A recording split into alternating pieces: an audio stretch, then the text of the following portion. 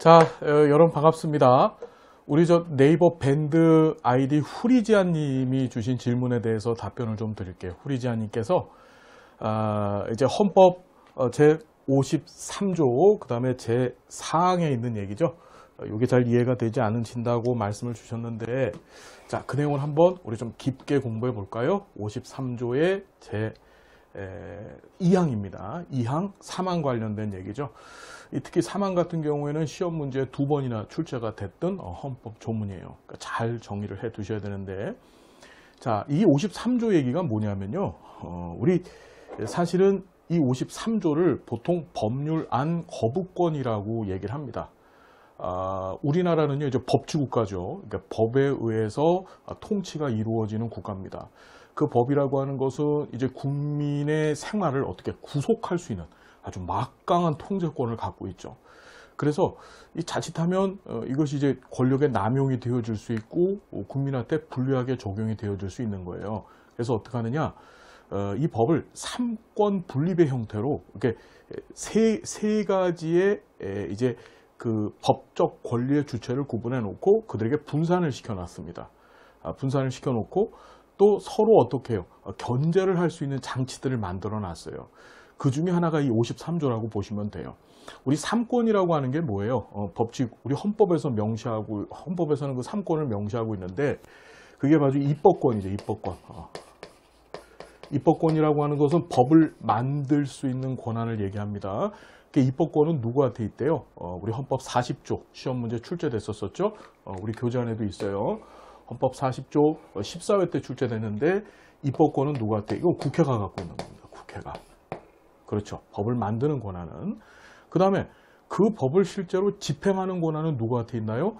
예, 그래서 그 집행권, 보통 그걸 행정권이라고도 얘기하죠.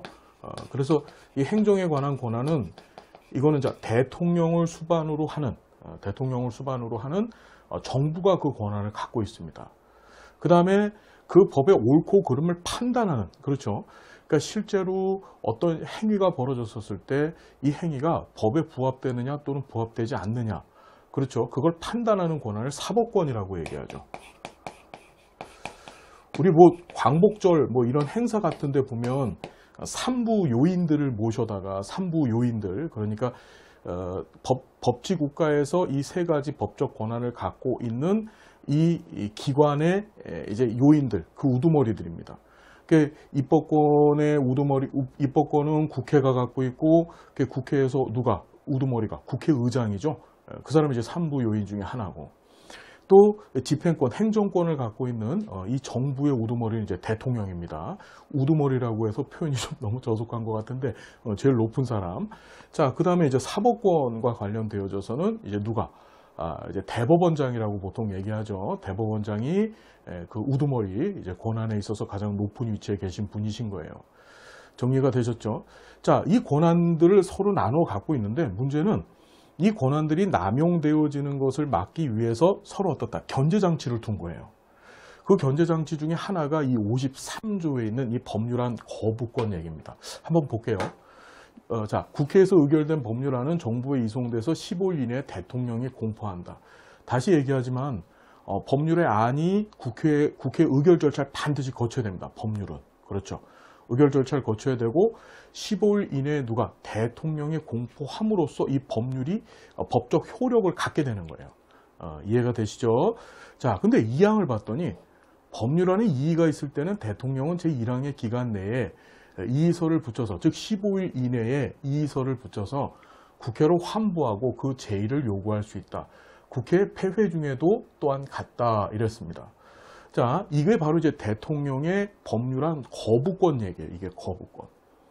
그러니까 그 법률안이 입법부, 즉 국회에서 만든 법률안인데, 그 법률안을 그대로 집행을 했었을 경우에 문제가 발생한다라고 대통령이 생각을 하고, 그렇죠. 정부의 수장인 대통령이 생각을 했었을 때 그걸 거부할 수 있는 권한을 얘기하는 거거든요. 예를 들어 이런 거예요. 이제 예산 관련된 문제죠. 주로 이제 우리나라는 이 법률안 거부권이 행사된 적이 사실은 없어요. 없는데, 예를 들자면 이런 거예요.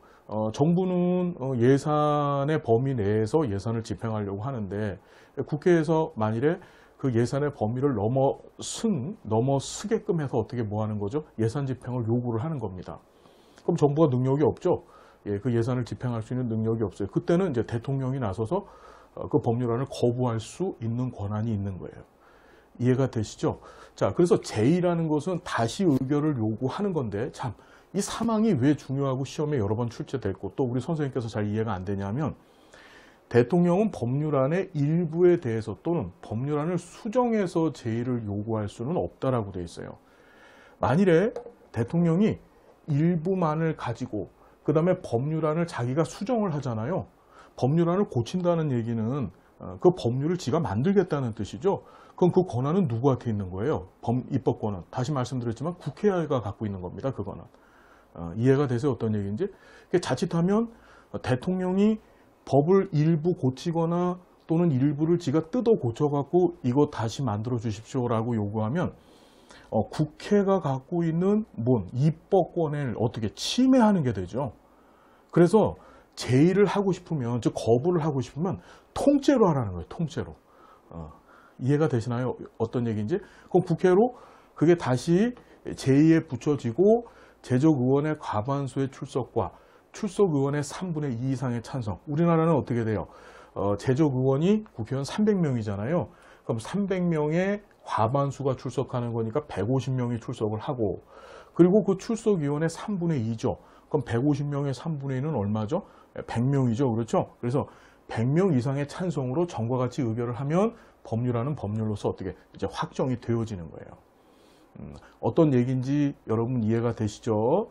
자, 근데 잘 보시면 대통령이 제1항의 기간 내에 공포나 제2의 요구를 하지 아니한 때는 그 법률안은 법률로서 확정되어진다.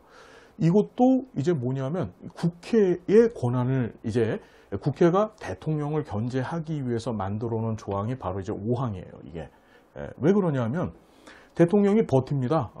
대통령의 공포 절차가 있어야만 법률이 효력을 얻게 되는데, 이해되시죠? 대통령의 공포 절차가 있어야만 효력을 얻게 되는데 대통령이 버틴 게 있는 거예요. 아이씨 나 공포 안 할 거야.